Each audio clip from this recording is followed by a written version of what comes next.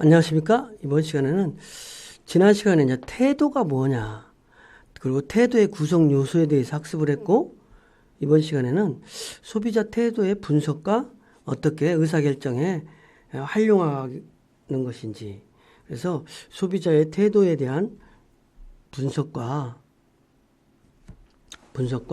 의사결정에 어떻게 활용되는지를 설명하는데, 앞서 공부했던 태도가 뭐냐.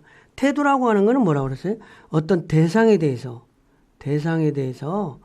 우호적이거나 비우호적으로, 어떤 신념이라고 그랬죠. 신념. 그래서 태도에는 어떤 게 있냐. 태도는 개인적인 경험이라든지 마케팅 활동이나 집단 연관, 다른 개인의 어떤 내부적인 원천에 의해서 외부적인 영향과 자극으로서 어떤 대상에 대해서 가지는 신념인데, 어떤 속성에 대해서 중요도 이런 건데, 일반적인 어떤 태도를 말하는 것인데, 이런 태도는 어떻게 구성되느냐. 첫 번째는 인지적인 게 있다. 태도는 인지적인 거. 인지적 태도가 있다. 인지적 태도.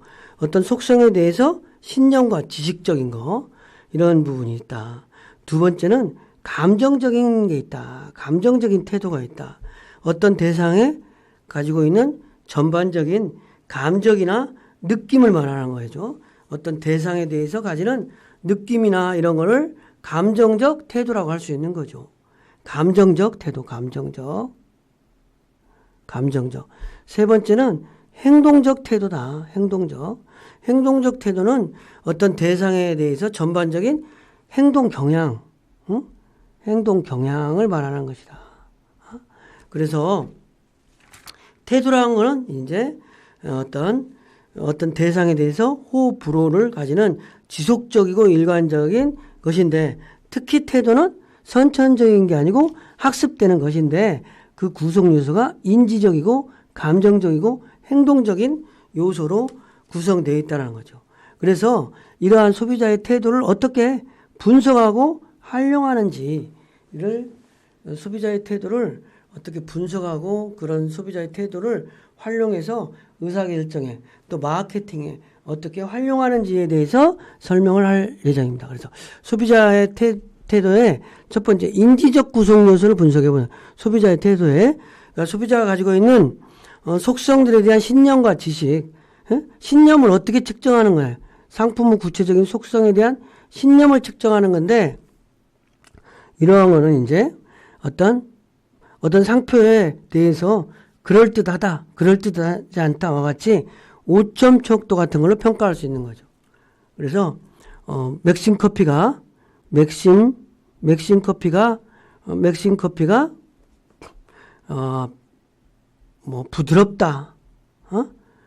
부드럽다, 그럴듯하다, 그럴듯하지 않다.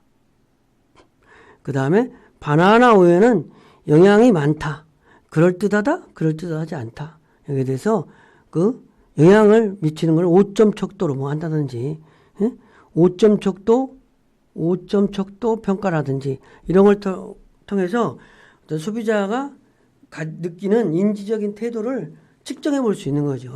인지적인 태도를 측정하는 거를 어떤 소비자의 인지적 구성 요소 분석이라고 할 수 있는 거죠.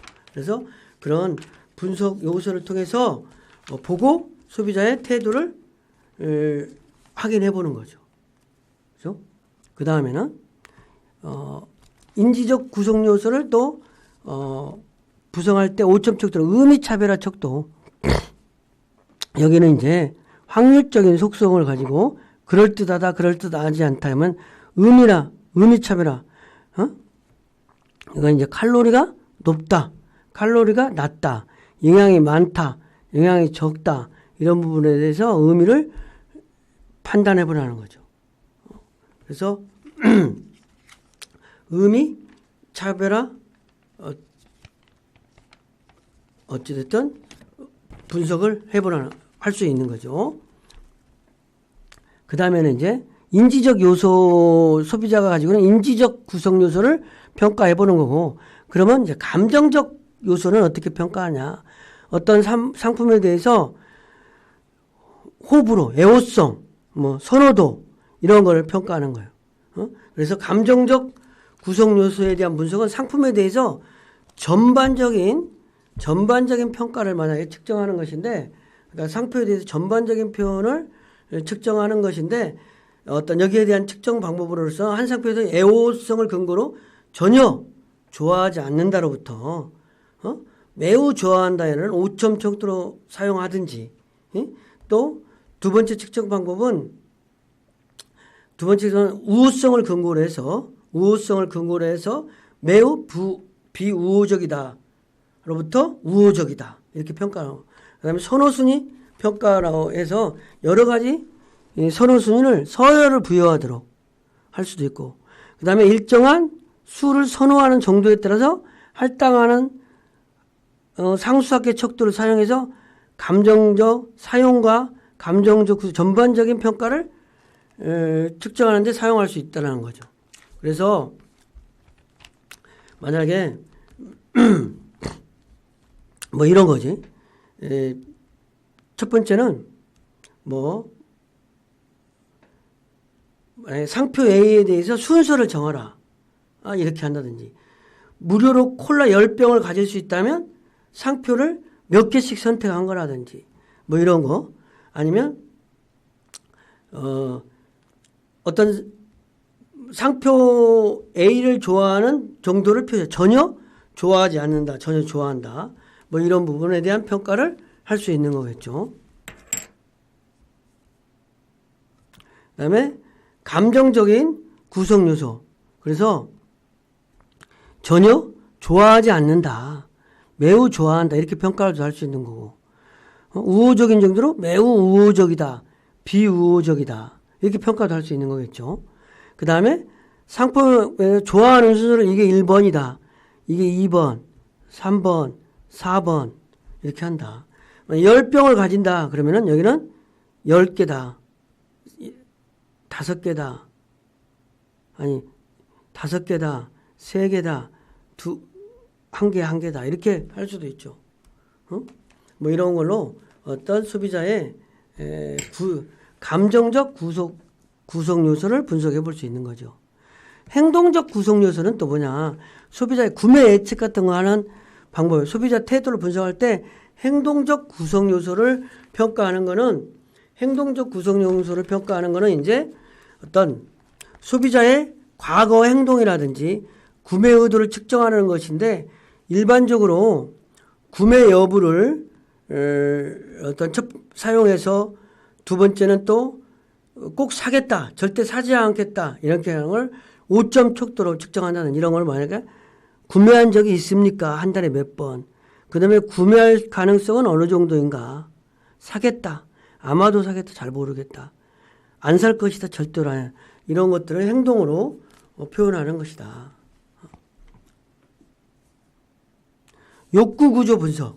이 욕구 구조는 소비자들의 욕구 방향에 대한 분석, 결국 소비자가 원하는 효익이라든지 속성어 방향을 결정하려는 것인데, 결정하려는 건데, 첫 번째 측정하는 방법으로서는 소비자로 하여금 각 속성을 바람직하지 않다부터,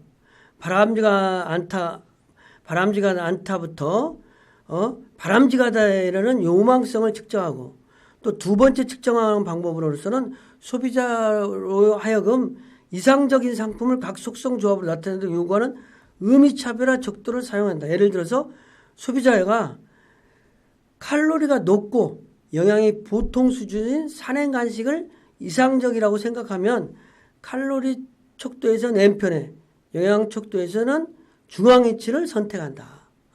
뭐 이런 부분.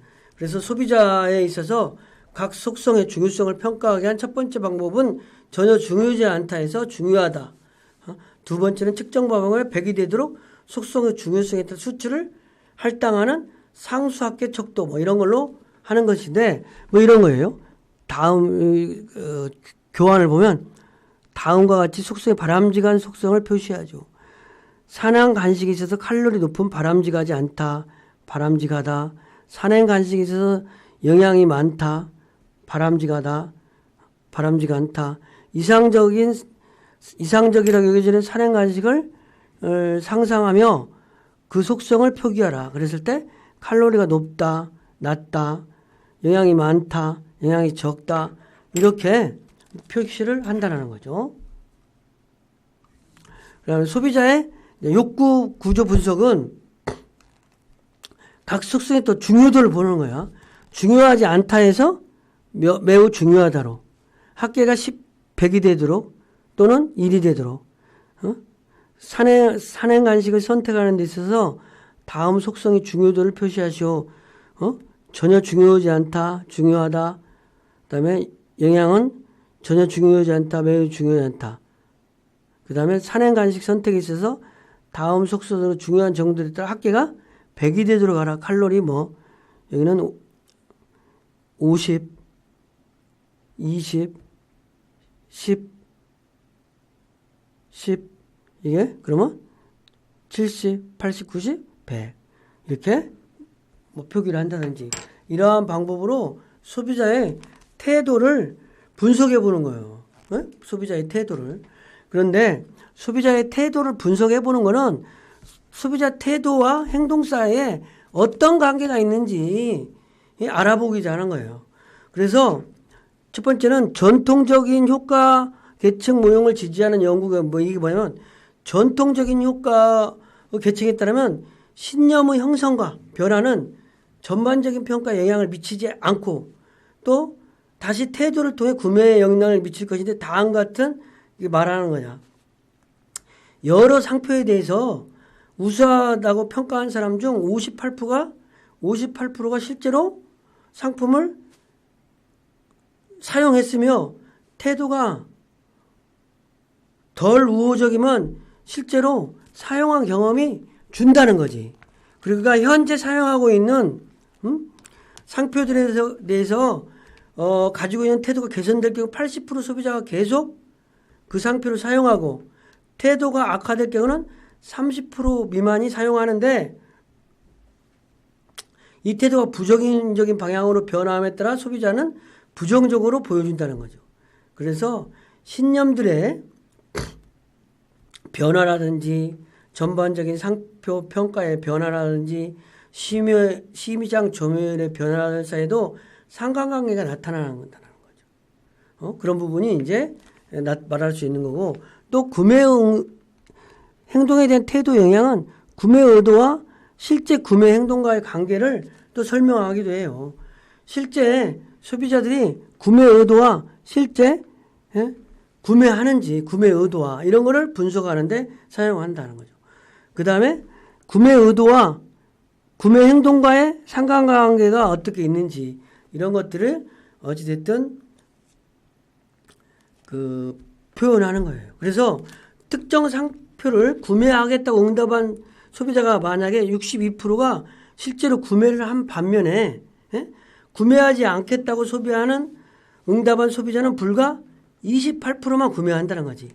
그래서 실제로 이러한 구매 성취율을 예측하게 하는 거예요. 그리고 또 다른 어떤 소비자 조사 같은 데서 보면은 차를 사려고 계획한다든지 차가 사고 싶다고 하는 응답자가 63%가 구매를 하는데 구매 의도를 가지고 있지 않은 사람은 9%만이 새 차를 구입한. 그러니까 구매 의도가 있으면 구매 행동을 한다라는 거죠.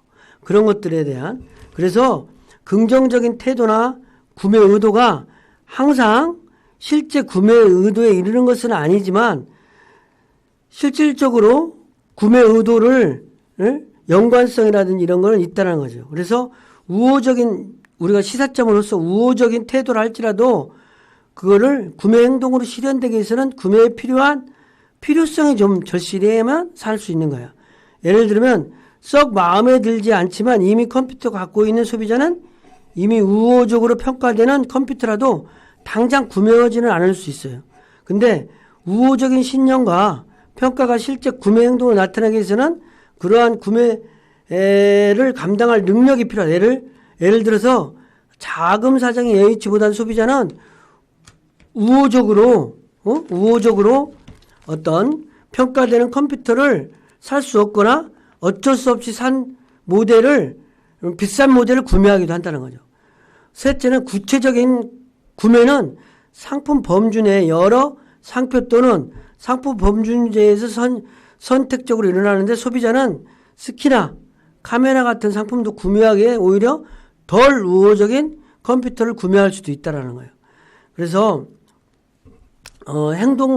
행동에 대한 태도가 영향을 미치는 것은 여러 가지 각도로 미칠 수 있는데 그 다음에 행동과 행동에 대한 태도에 영향을 미치는 것은 구매의 필요성. 실질적으로 구매를 필요하다. 그러면은 많이 사는 거죠. 소비자들이 구매 필요성이 있을 때 이거는 어떤 태도가 행동으로 바로 그 다음에 구매를 감당할 능력이 있다. 그 다음에 특정 시점과의 시간 차이가 있을 때 다른 구성원들의 영향, 그러니까 실제로 대학을 결정한다든지 이런 부분도 이런 것도 다른 구성 요소들의 영향을 미치는 거죠. 그 다음에 구매 상황이 있느냐, 그 다음에 특정상의 문제 이런 것들에 의해서 어떤 영향을 미칠 수 있다는 거죠. 이거를 좀 더 자세하게 이야기하면 첫 번째는 구매 필요성은 우호적인 태도가 할지라도 구매 행동에 의해서는 구매 필요성이 절실한다. 예를 썩 들지 않지만 이미 컴퓨터 갖고 있는 소비자는 우호적으로 평가되는 컴퓨터라도 당장 구매하지 않을 수 있다는 거지. 그 다음에 구매할 능력이 있으면 이제 한다는 거지. 이거는 우호적인 신념과 실제 구매 행동이 나타나기 위해서 그러한 감당할 능력이 필요하다는 거죠. 능력이 필요하다. 그 다음에 세 번째는 특정 시점이 어떤 특정 구체적인 구매는 상품 범주 내 여러 가지 상표라든지 여러 범주에서 선택적으로 일어나는데 이것들이 구매할 수 있다는 거죠. 그 다음에 태도에 대한 행동의 영향은 태도에 대한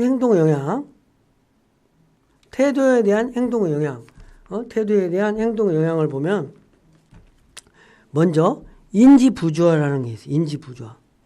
인지부조화는 뭐냐? 인지부조화. 우리가 상품을 살 때 구매를 할 때는 이상적인 걸 구매하는 거야. 사고 나니까 평가를 하게 돼. 그러면 이상적인 것과 현실적인 갭이 발생되는 거예요. 그게 인지부조화라는 거예요. 인지부조화. 그러면 인지부조화는 왜 나타나느냐? 사고 나서 내 태도가 바뀌는 거야. 그래서 후회하게 되면 내 태도를 바뀌려고 인지부조화 이론을 나를 합리화하는 거예요. 주로 대부분의 많은 소비자들은 내가 상품을 선택했어요. 상품을 선택했어. 그러면 그 상품 선택에 대해서 단점이 나타나면 안 받아들이려고. 내가 산 상품에 대해서 단점이 나타나면 그 상품은 장점만을 막 취하는 거야. 장점을 취해가지고 그 상품 내가 잘 샀다. 내가 산 상품의 장점을 많이 취하려고 해요. 수동적인 학습은 뭐냐? 태도에 대한 수동적인 학습은 저관여 상황에서 많이 일어나는데 수동적인 학습은 뭐냐면 어찌됐든 이런 저관여 상황에는 그 상표에 대해서 별로 영향을 미치지 않으니까 광고라든지 이런 영향을 많이 받는다는 거죠. 광고를 하면은 그 광고 영향을 받아서 쉽게 의사결정을 한다. 그래서 수동적 학습 이론이라고 하는 것은 행동의 결정인자로서 태도의 영향을 중시하지 않는다는 거지. 그래가지고 관여도가 낮은 여건에서는 태도의 변화가 행동 변화를 시키기 위한 선행 조건이 아니다라는 거죠.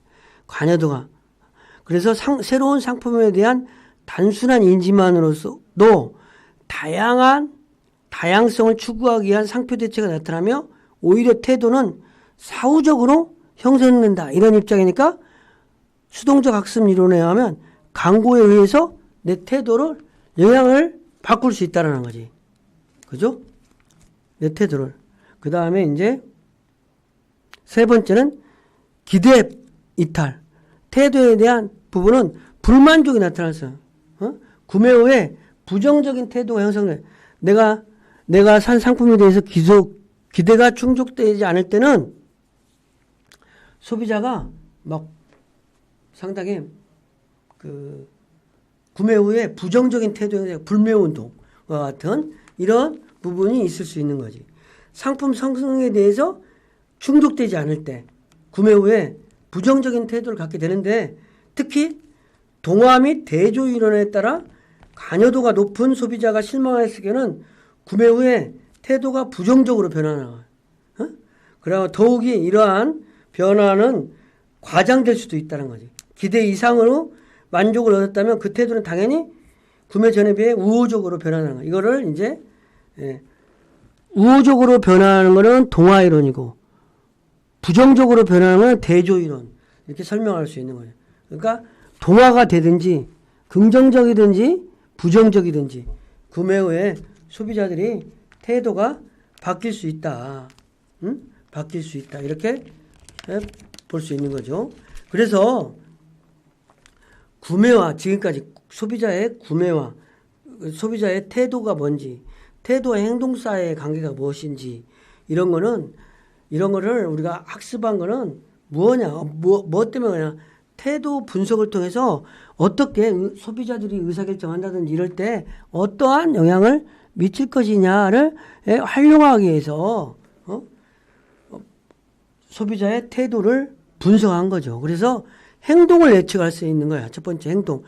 소비자의 태도 분석을 한 거는 전통적인 소비자 계층에서 태도가 행동에 관련되는 가정을 전제로 일반적으로 소비자는 한 상표를 좋아할수록 그것을 구매할 가능성이 커지므로 태도는 미래의 소비자 행동을 예측하기 위한 근거가 될 수 있는 거죠.